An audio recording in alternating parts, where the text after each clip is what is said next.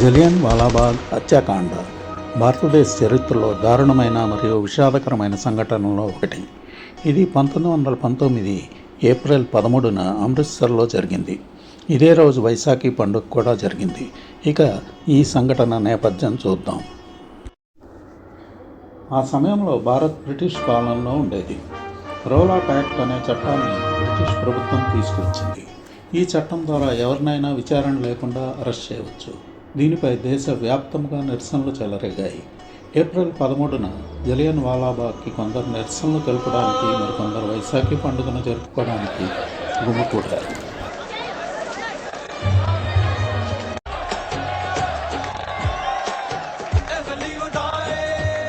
జలియన్ వాలాబాగ్ ఒక తోట.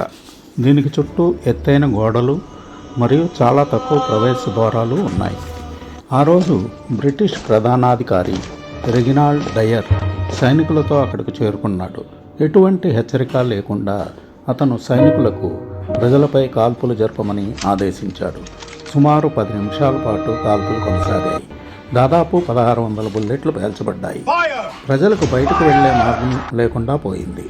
చాలామంది ప్రాణాలు కాపాడుకోవడానికి బావిలోకి దూకారు. బుల్లెట్లు తక్కువయ్యే వరకు కాల్పులు ఆపలేదు.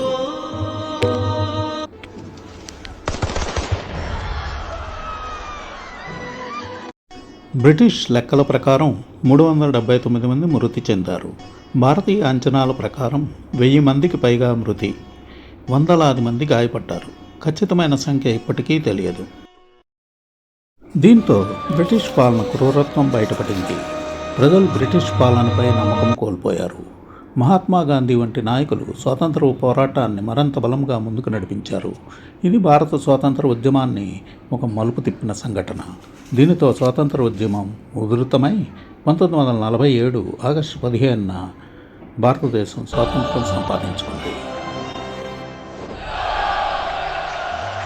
ప్రస్తుతం అమృత్సర్లోని జలియన్ వాలాబాగ్ ఒక స్మారక చిహ్నంగా ఉంది.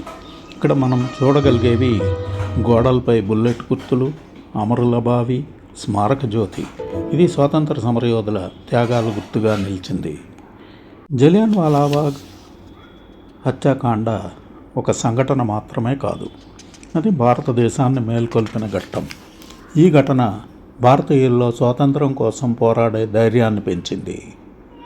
ఈ వీడియో మీకు నచ్చినట్లయితే please like, share and subscribe our channel A to Z IVG Rao. Thank you very much for watching our channel. Bye.